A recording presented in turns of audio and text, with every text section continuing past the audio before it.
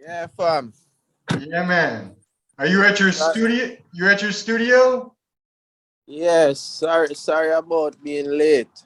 No worries, man. No worries at all. Thank you so much for your time. Um, Yeah. and thank you so much for doing the interview with Reggae Vibes. We really appreciate it. Yeah, man. Yeah, man. You know, I go just to enjoy works, you know. Yeah, man. And it's truly a blessing to get another opportunity to reason with you and talk to you. I know that, as somebody who's been touring the world now for over 10 years, that you've done many interviews. And so you may not remember, because you've been to, many, many reggae festivals and many, many places all over the world. During the decade that you've been touring, maybe more than a decade now. But you and I'll never forget that you and I, we had a spontaneous conversation. You and I, we first connected at the Cali Roots Festival. You were there. It was in 2018, and you and I had a very brief interview at the Cali Roots Festival. Yeah, man. Me remember the eye, man. Yeah, and people can Google that up and check that out. It's a very short interview, but it was a very cool, cool interview. And the reason why I rolled up on you that year at that festival was I had a scheduled interview that year with Raging Fire, back when, Kumar was the lead singer of Raging Fire. And when I saw you there, I was like, oh my God, I have to talk to him, because first of all, I was like, this is the DJ who decided he's only going to play conscious reggae music and put the dance hall music to the side. So I have to talk to this guy about that. And then I also wanted to talk to you about, and I did talk to you briefly about your dad, who I believe his name is Tony Cha, that his sound system that he started in Mandeville, I believe is called Love People International. And Yes. it used to be called Playmate, I think. Yes. Yeah. So, All right. so I was like, oh my God. And then the other reason why I was like, I can't pass up. I told my wife, she was with me at that festival, and she's actually the one who took the picture of you and I at the festival that year. I was like, I got to talk to him because he stars with his son. I think it now is your oldest son, Stream, in both of Raging Fire's super hot videos that people can go check out online. And it's the video Rebel. And I'm trying to remember, the other one was called Milk and Honey. Both those videos, are so tight. And I mean, I'm sorry to go down memory lane with you, but just to establish for the people that when you and I first connected, it was at a very different point in your career. Because, primarily back then you were known as a DJ, an internationally renowned DJ and selecta, and people knew you because you were touring with Protege. And now you've stepped out in a whole new different fashion and arena on your own as an artist. So I think people also knew you. I don't want to forget that people knew you even before this point for some of the mixtapes, many of the mixtapes that you had put out. I know that you had the SoundCloud endeavors that people, really enjoy. But, fast forward in time, and right now, as we say, you're at your own label that you started, the 12 Yaad record label, and you put out what I think is, and I don't mean to puff you, I wouldn't puff you up, Yaadcore. I could only tell you the truth. I think it's a genius. I think this is a genius debut album that you put out, I believe on March 18. Yes. was the release date. It's called Reggaeland. True? Yes. Yes, Yeah. sir. And, you know, I forgot, you know, before this also, you know, you, of course, you had produced, people can go check the great song with Kabaka Pyramid, you know, Fenky Fenky that you produced.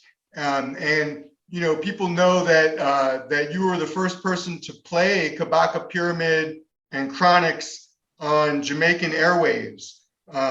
So this is another reason why people even knew you before you dropped this new album. Yes. But you know, there's just a lot in this album that I want to talk to you about. You know, again, I just think it's very, very, very well put together, an impressive debut. You had foreshadowed, you had kind of foreshadowed and put it out there that you were going to be doing this a little bit earlier before the pandemic. You know, in 2019, you dropped the Ready Now, and then in 2020, you followed with The Calling, right? Yes. So that was kind of letting the people know, you know, these are you were kind of coming like this. And, you know, but there are now enough new iRead compositions. I mean, people have asked you, I'm going to ask you a few questions about those songs, but, or about one of them at least, but people have asked you a lot of questions. I want to ask you more about some of the new songs on the album. But, you know, I mean, I just really dig, I'll go ahead and ask you, you know, there's a song, the song Ready Now with Pressure Busspipe. My curiosity, it compels me to have to ask you this. At one point in Ready Now, which is a very, very upbeat, energetic song, you sing how you're ready now. And then this was kind of surprising to me. And I want to make sure, sometimes I like to forensically examine the patois that I'm listening to, make sure that I understand correctly what's being said. Because as an American, I can frequently, and I think a lot of reggae listeners can sometimes not sure exactly what they're hearing. So, you say, this was surprising. You say, light the chalice, grab a hata, then a pepper now.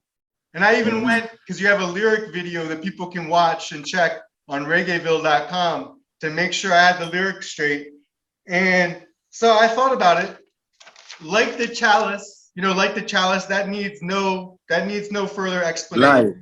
Like the chalice. Yeah, like the chalice, it needs no explanation. Everybody understands. But then when you say grab a hata and then a pepper now, I'm imagining that you grab a hot pepper and put some hot sauce on it. No. See? Grabba is tobacco leaf. Ah. Grabba is tobacco leaf. Thank you. That's explaining a lot. Right. So anytime you hear me say grabba is tobacco leaf. Tobacco leaves. And then the next thing you say is then a pepper now, right? Yeah, hotter than a pepper is just meaning the grabber is just a comparison to something that's hot to let you know how hot the grabber is. Respect. Yeah. Okay. Thank you for that, because I would not have figured that out otherwise. I really appreciate that. Now, like I said, there are some super ultra wicked new tracks that you dropped just recently in this new album, and perhaps my most favorite, it could be, is the track which is the title track, Reggaeland. Okay, nice, thank you. Yeah, you know, and there are some really vicious, complex lyrics in this tune, and honestly, the rhymes on this track are so dope. You know, the message of this song is so tight that, you know, I mean, you say at one point, you say, reggae this, a reggae that, a reggae on top. I mean, this is the chorus, a reggae can't flop. And then eventually you go on to assert, the whole world know reggae can't stop. And then you move on from that. And this is what I think is the most powerful line. You chant with authority, quote, reggae is a third world thing, straight from Yaad, we making first world sing. So first off, respect, because I just love this rhyme. And can you speak for a moment, how did you get the inspiration to write the killer lyrics that are in this particular tune? And tangentially, how do you happen, where were you? I just like to sometimes know about people's songwriting process. Do you remember, you know, you wrote this song, Reggaeland. Where were you? And what were you doing physically? Where were you? Were you in Jamaica? And what were you doing when you wrote this lyric? I was in my studio actually, and I was just listening to the rhythm, you know, and as most of my creative process is really just talking to the rhythm, you know, so listening to that rhythm, that's what the rhythm spoke to me. As far as like, you know, reggae is a third world thing, straight from Yaad, we make the first world sing. It's just stating that, you know, Jamaica is the foundation of reggae music and the root of where it is, you know, forwarding from, whether people outside of Jamaica is inspired by that, you know. As me say, straight from Yaad, we make the first world sing, meaning that, you know, our music has traveled the four corners of the earth to reach people in the first world, and, you know, that they are embracing our music, you know. Respect. And how did you decide that this is going to be the title track? And did your business partners, I know that this album, you know, you put out on your own label, but you also put it out with Delicious Vinyl Island, which is an offshoot, of course, of the Delicious Vinyl label in Los Angeles. So, you know, did you just say, hey, I'm just always curious of how this works. Did you say, hey, this is going to be the title? Did you, Yaadcore, say, hey, this is going to be the title track? You know, actually, I was inspired by Mike Ross from Delicious Vinyl to actually call it the Reggaeland, you know. Nice.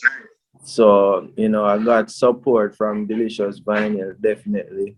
Nice. And I give thanks for that, because it definitely worked out in being the perfect name. Yeah, I agree. Now, now I also respect, I have to say, I put it out on, you know, I don't love social media, but we all have to use it sometimes. And one of the things I put out there that I really just enjoy, and I think people agree, is that one of the verses on Reggaeland is you saying, you know about the ones from before, Sly Dunbar taught Yaadcore. So no, I said we know about the ones from before, Sly Dunbar not taught Catcore. Oh. In Catcore from Third World. Oh, wow. That totally changed the song for me. Oh, okay. All right, now I got you. But still, same way. And then I went on to say which part is there when LB are sore. LB is a reference to Lana Bennett. Oh, yeah, who's Protege's mom. Right. Right. You know, okay. So which part is there when LB are sore and Toots Maytals did a tour, you know? Oh yeah, because my next thing was gonna be to ask you, did you do a tour with Toots Maytals, which is with Toots? No. I was just in reference to say that when they, you know, reggae is a global genre, you know, Toots Maytals and them been touring the world like since the 70s, 80s, you know, so that's what I'm making reference to. True, and you know what? Same way though, Yaadcore. Same way. Respect. Because, you know, I just respect the fact that you dropped the names of these, you know, legendary people in your song about Reggaeland, your title track. So I respect that. Now, you like I said, you know, even though that could be my favorite tune, the other tune is hard because the other tune follows right on the album after that, which I just love. I told you yesterday, we're gonna have to ask you about this, because there's not. I could listen to this song. There's no amount of times where I could listen to the song and get tired of it, which is your remake of the John Holt song, "Police and Helicopter." That song is just so slamming. And yeah, I have a couple of questions about that. It could, like I say, that song is super tight. And before I ask my questions about it, there's a reggae radio host. He's in Uganda. He has his own reggae radio show. He's had it for like a year. He started it up in the pandemic, and it's a very popular reggae show in Uganda. And he asked me to ask you, because he found out I was going to be interviewing you, and he said about this track, when did you record Jah Nine's vocals and also get the video of her for the official Tizzy Tokyo video that you have that people can watch on YouTube? How did you put this part with Jah Nine? Because his understanding is, and I, he reminded me that Jah Nine has relocated to Tanzania, to Dar es Salaam. So we're just curious as to how did you, were you able to work in, did she do her stuff in Africa and then somehow send you stuff through the internet, or how did it work? Yeah, so as far as the song is concerned, Subatomic linked me to do the remake of Police in Helicopter. Yeah. And I knew I wasn't the perfect one to sing the chorus. Yeah. So I told him, I think the best option we have right now is Jah Nine, taking into consideration her vocal range and everything. And I reached out to her, and she agreed to do it. After I had my verse, naturally, that was when I reached out to her. And you reached out to her. You reached out to her in Africa, though, right? Right. Okay. Yeah. So then I sent my part and everything. She liked it and she did her part. As far as the video is concerned, now there's a technique called the green screen technique. So we shot both our parts in front of a green screen. Wow. So that way they're able to join it as if we're in the same room. In the same room. Wow. Yeah. Okay. Wow. You're dropping a lot of knowledge, Yaadcore. I don't think people know that. That's cool to know. Yeah, man. And the video, I have to mention the video because I told you it's so slamming because you see all of a sudden there are cuts. One of my favorite drummers, percussionists he plays with Subatomic Sound, Larry McDonald. You see him in the video. He's got his percussion, and Larry McDonald. Did you? Subatomic. You mentioned that Subatomic. Of course, I know and have connected before with Emch from Subatomic, and back when Lee Scratch Perry was still with us, and so did.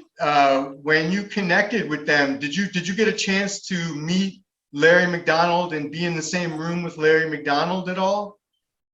Yeah, we shot our part at the same time. So nice. I've met him on separate occasions as well too. So yeah, well, with Larry, the reason why I also wanted to ask you about him is. Larry Yaadcore, as you know, Larry, he has over 50 years of professional hand drumming experience, congas primarily, and he's played for tons of reggae stars, Bob Marley, Peter Tosh, Bunny Wailer, Lee Scratch Perry, the names for reggae go on and on. He's played outside of reggae, of course, for, different genres for Taj Mahal and Gil Scott-Heron. All just to say, it's unquestionable that Larry McDonald at 84 years old is a legendary musician, not just a legendary Jamaican musician, he's a legendary musician, period. It can't be argued. And the question, the reason why I want to ask you about it is because, you know, I saw an interview that you, or I read an interview where you gave to the Jamaica Star after your album was released. I think the Jamaica Star might be an offshoot of the Gleaner, but you mentioned how the government had turned their back on the culture and in the interview. And what I wanted to know is, how can it be that a person like Larry McDonald has never been, and I mean, we could put so many different names in this question, but I'll just focus on Larry McDonald because he's in that video with you and you know who I'm talking about. How could it be that the Jamaican government has never ever officially honored or given him a recognition ever? Larry McDonald, never ever have they recognized his musical contributions in Jamaica and in the world, the Jamaican government. What can we say about it? What can you make about it? Well, you know, the Jamaican government don't really glorify, you know, musicians or even artists much less musicians, you understand? So if your name is not really carrying a hype or you don't have a lot of money or anything, the government don't really recognize you, you know? So, you know, firstly, the government need to recognize the genre, you know, on a more in-depth level first before they can even realize who these musicians are that, you know, made a big contribution to our musical culture, you know? You talked before about how, you know, I've seen some interviews that you've given even on Jamaican TV about how they need to update the music education in Jamaican schools and teach the playing of reggae instruments, not, for example, recorders and things like that. I've seen that you've said that before. And, you know, there's been a push, you know, to have more to educate school children in Jamaica about the reggae genre. And in that regard, that, you know, I know that there are plans for like murals. They're going to paint murals in downtown Kingston. The mayor of Kingston has called it like a walk of fame. But to me, that's really insufficient. They have to have like a beautiful, like a writer, a Jamaican writer named Emma Lewis has written about a reggae hall of fame that would be like the rock and roll hall of fame, where you could go down a whole, like a wing. It would be like the Larry McDonald wing, right? Or you could go down like the Winston Jarrett, who I just interviewed. You know, you could go down a wing and see all of his albums and learn about his career. The school children and also tourists could. And I wanted to ask you specifically, Yaadcore, about this, because 5 years ago, if people go check the interview that you and I just did spontaneously 4 or 5 years ago now at Cali Roots Festival in 2018, I pretty much asked you the same question. We pretty much covered the same ground. And about we talked about how the Jamaican government just fails to support and fully invest in reggae as they should and embrace the culture, can make a lot of money. Forget, even if you wanted to put it aside in terms of investment and prosperity now and things like that, there's certainly a good reason to invest, even if you weren't concerned about all the cultural aspects of it. But because I saw that quote that you gave in the Jamaica Star after your album was released about how the government has turned their back on the culture, I just wanted to ask you, what will it take? Is there anything that can happen in our lifetime that can change, that can make the government do right by people like Larry McDonald and also by the school children in Jamaica to really learn about the culture? Yeah, man, it's definitely something we can look forward to in our lifetime, you know, as we grow as artists, as we grow as humans, we get more leverage. These are the things we're going to try to implement you know, not solely but naturally within the community of, you know, the music and everything. So One other thing I wanted to just throw out there too, just because you're a young artist who I think is going to be around, and you're going to be, I think, Yaadcore, one of the people who's going to be having a big say in this industry as we go forward. And one thing about that I mentioned is that, you know, like I think if you know, like if they had a reggae Hall of Fame, like I mentioned, for example, on the Kingston waterfront, like a really well-funded one, a big one, then they could have a performance venue there. And then if they had a performance venue there, they could have a reggae reggae award, like a reggae award. And then no one would care about the Grammy award in the United States. They would just care about the award, you know, that's given out in Kingston at the place where Jamaica, the Reggaeland. And Reggaeland, that's what they would care about. And so, you know, do you think that that could ever happen? That they could, because, and the reason why I asked too is because if truly your album, like I bet at the end of this year, I don't want to jinx you, man, but I'm gonna be honest with you. I think your album should be in the running for best reggae album. But because we know who sits on the Grammy committee, I think the chances are, you tell me what you think about it. I don't want to jinx you, but I don't think that I don't think that the people on the reggae committee truly appreciate reggae and to know enough that, like, for example, people like you and Adis Pablo, who I just interviewed, are people who should be in consideration for best reggae album. But that's not what we see when the Grammy Awards happen. Yeah, well, we need more people like you on the Grammy committee, you know, so you can sign up. You can sign up and be a part of the Grammy committee, you know that, right? I might try to ask, you know, I know Roger Steffens, so I might ask him about it. Yeah, you can become a member, you understand, and have a vote in anything, you understand? Respect. But I still, even if I could, I just think that it needs to be coming from Jamaica. Forget the Grammys in the United States. They need to have well, it. that is a total separate thing, you understand? That is definitely something, as me say, what we're gonna try to implement in our lifetime same way, but that is separate from the Grammys. You know, the Grammys is something on its own. You get what I say? And yeah, we know say, you know, there are a lot of politics behind now what's happening within the Grammy committee. But as we say, that is why real people have to realize them power and them leverage and know that they have a say too. Respect. You understand? So when you go to BAM now and you spread the word to all of your real people who know the music and, you know, check out what it takes to become a part of the recording academy committee, then, you know, you can be a part of the change, you know.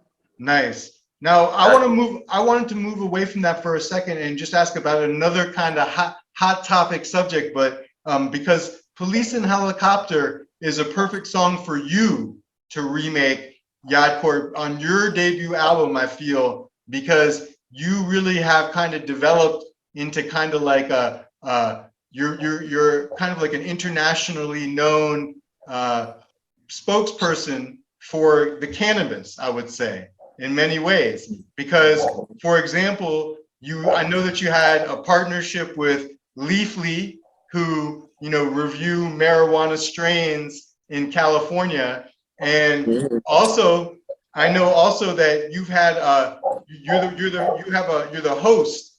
Correct me if I'm wrong. You're the host of Jamaica's first weed strain review series, and it's called just like the alternate song for NyQuil on your album.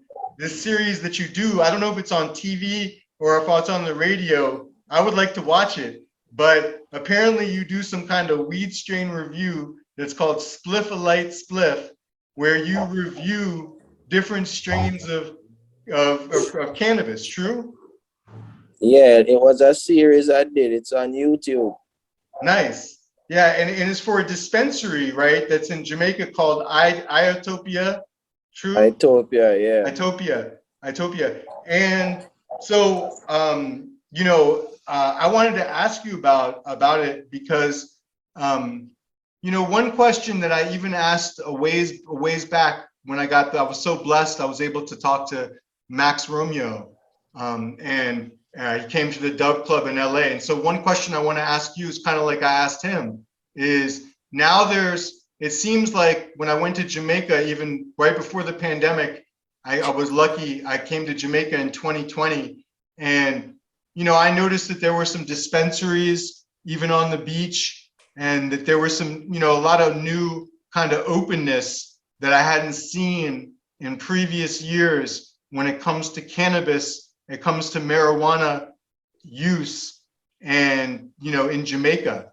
And certainly since you have work with the Utopia and the Leafly and all that, I just wanted to ask you, you know, I guess not Leafly, but more Utopia, you know, the dispensary in Jamaica, has any of that trickled down to the Rasta farmers in Jamaica, the new kind of openness and the, you know, acceptance of marijuana in Jamaica? Are the Rasta farmers, have they benefited at all in terms of, you know, what's going on now? Well, there are certain licenses that can be granted, but on a general scope, and no, the Rastafari community is not really benefiting, because, you know, separate and apart from, you know, being granted to grow herb for sacramental purpose. Like if you want to conduct yourself in the actual business, you know, you still have to apply for certain license and pass certain criteria just like anybody else, you know.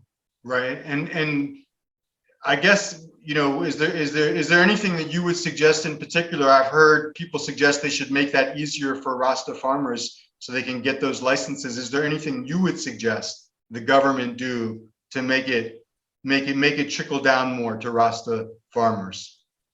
Yeah, well, definitely if you're having marijuana farm, then, you know, you just try to educate the Rasta farmer them for, you know, reach the certain level where it's necessary to be, you know, partaking in the dispensaries or whatever, you know. Yeah. So it's just farming education, because, you know, it is a lot of more technicalities when you're going to go into the white market of selling herb, you know. So yeah, I think the Rasta farmers need, you know, is more education on how to reach certain standards, and, you know, obviously a certain leeway with the license and so forth, you know. Respect. Now, because I asked you about herb, you know that I have to ask you about the other substance that we say, call it a substance, the shrooms, because you have a very interesting song on your new debut album called The Shrooms, and I had to ask you about this because I saw where you talked about how, you know, you came up with this song as you had taken some mushrooms in San Francisco, a friend's house in San Francisco, and I think you came up maybe with the melody or the hook, and then later came up with the full song, which is a very creative song, the song Shrooms. And on the song itself, and then I've heard you say a few times, but actually in the lyrics, I think, you say that you're the first Rasta man to sing about shrooms upon your album. And so then that leads me to want to ask you so badly, you know, whether the shrooms are kind of frowned upon since I think you're right. I think you may be the first person. Can't think of any other. I listened to a lot of reggae over the course of many years, and I don't think I've ever heard a song about mushrooms before. Do you think that mushrooms have been a kind of a taboo thing in the Rastafari community or in reggae for some reason?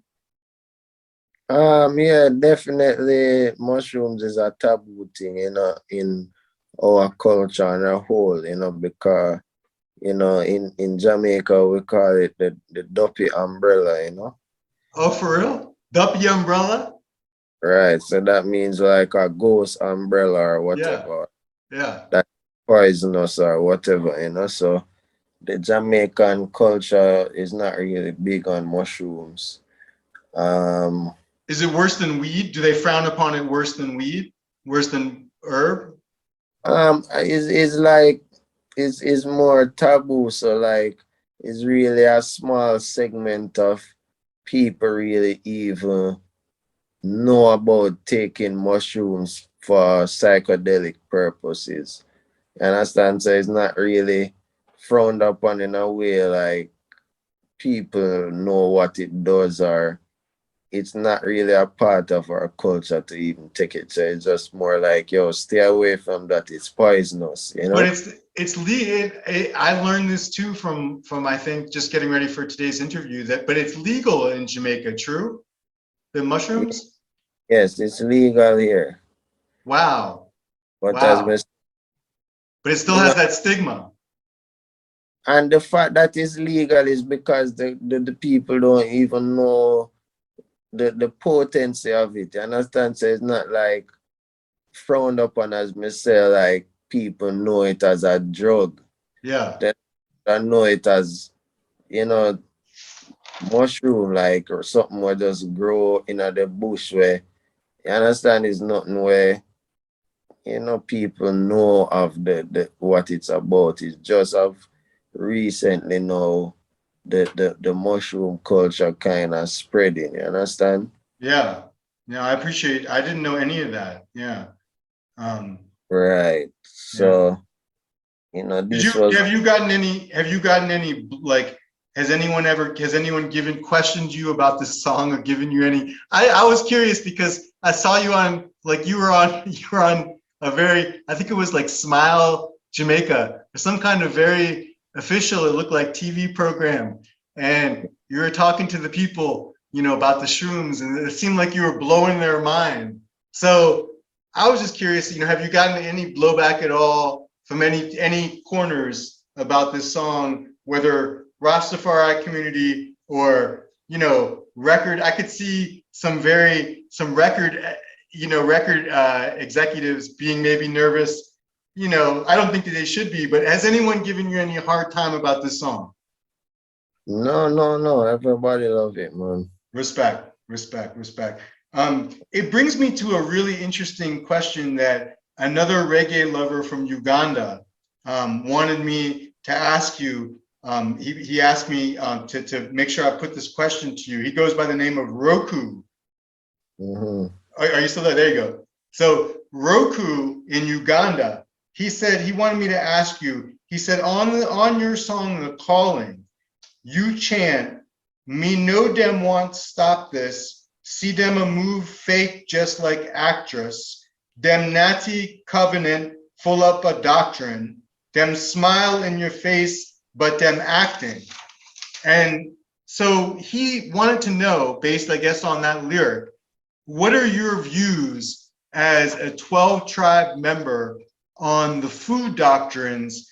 And he mentioned, which I didn't know all that much about, but I know a little bit about. He said, like Ital Livity, and Roku tells me that these are pushed, Ital Livity pushed more by the Rastafari mansions, Bobo Shanti and Nyabingi.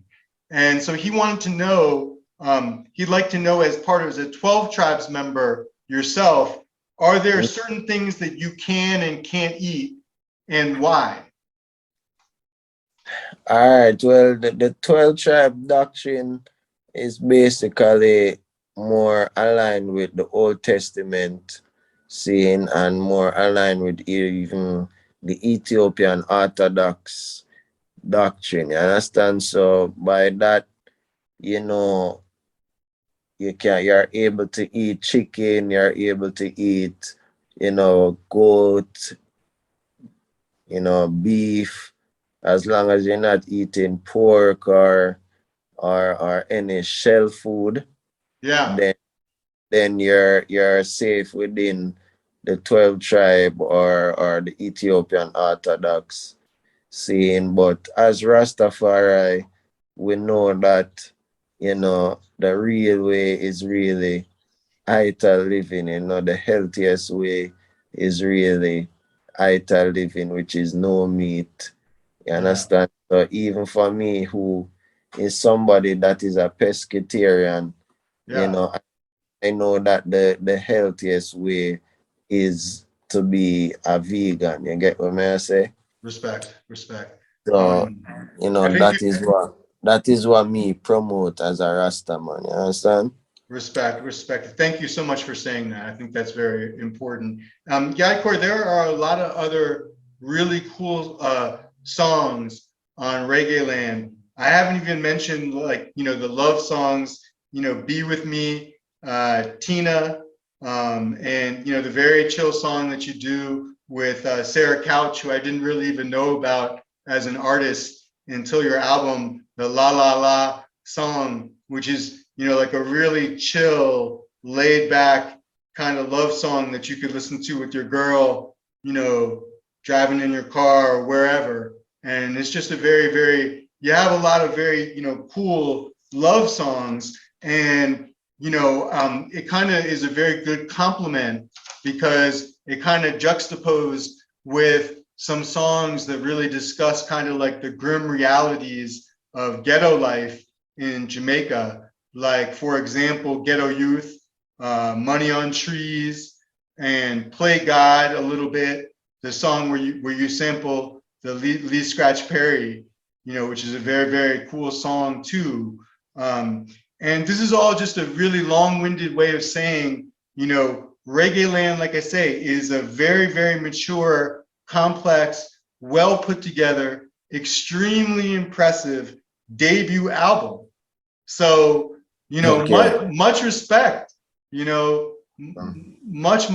much respect. I was really blown away by the album. And I only have two last questions. I could ask you many, many questions, but out of respect for your time, you're at your studio, and I actually would like to see some more Yaadcore tracks that I can maybe I can talk to you about and get an exclusive on, maybe even. But the two last questions I want to ask you, put today to you, is this. With the release of Reggaeland now, what new music projects should the reggae world watch out for coming from Yaadcore for the rest of 2022, the rest of this year, and going into next year? And don't limit yourself, because I know that you have your foot in a lot of different ponds, as a producer and as an artist. Or maybe you're going to just stay in this one pond now that you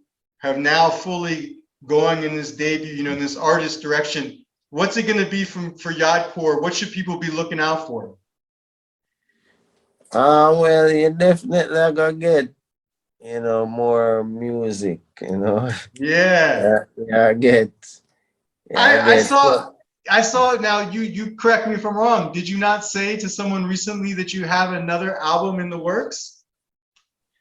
Yeah, well, I mean, we have a lot of music, stored up. Seeing, so, if I want, I could put out another album tomorrow. Do But it. Do it. Do it. Do it. no, man, that's not good advice. That's not good advice. You got to wait for the timing, right? It's timing. Everything is timing. Yeah, respect. Always remember that. Respect. But, Now, Yaadcore, yeah. Go ahead. What other is there any other projects that you want people to just know that is coming? Yeah, we're gonna put out more mixtapes, we're gonna put out more production.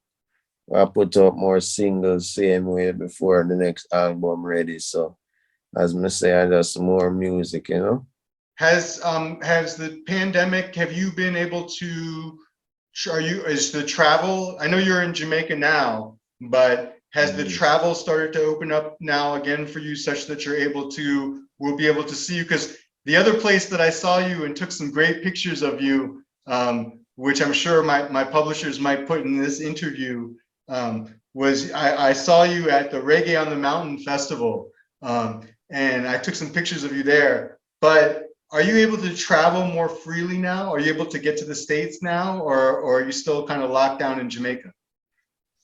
Yeah, man, we're free up, man. We've been a travel. We did the Cali Vibes Festival in February and things. So, you know, we've been a move around here and there, you know, Cali same way, and, you know, the East Coast same way.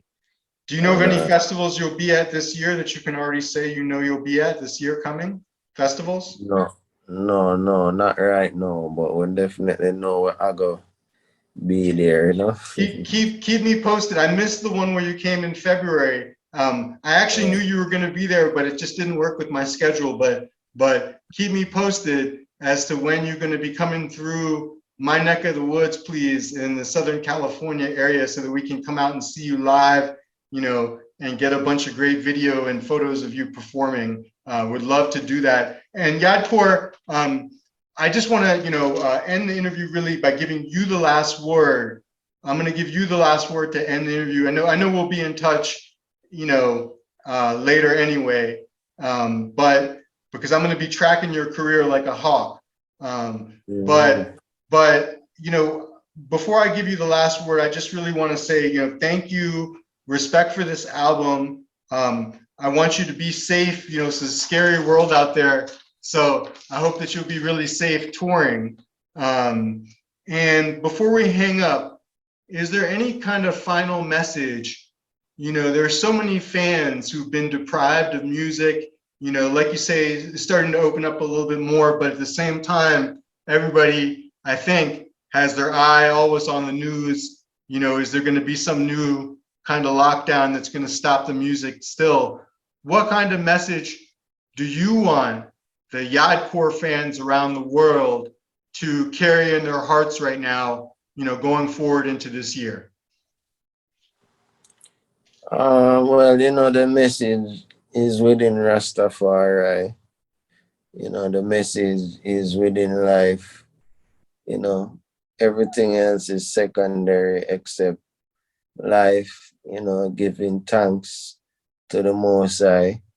You know, as long as you can stay in tune with the Creator, you understand, then all your questions will be answered. You understand? Everybody have a different burden to bear, so, you know, only you can really determine where your footsteps should go, you know, when you're in tune with the Creator and, you know, the spiritual essence, you know. So that is what my music is for, to bring people closer to themselves, bring people closer to the Most High. So much respect. Stay in touch with me, Yaadcore. Bless up, my friend. Take care. Much love, much love. Give thanks, fam. Give thanks. Bless up, Yaadcore. Take care, my friend. We'll be in touch. Yeah, man. Bless. Bless.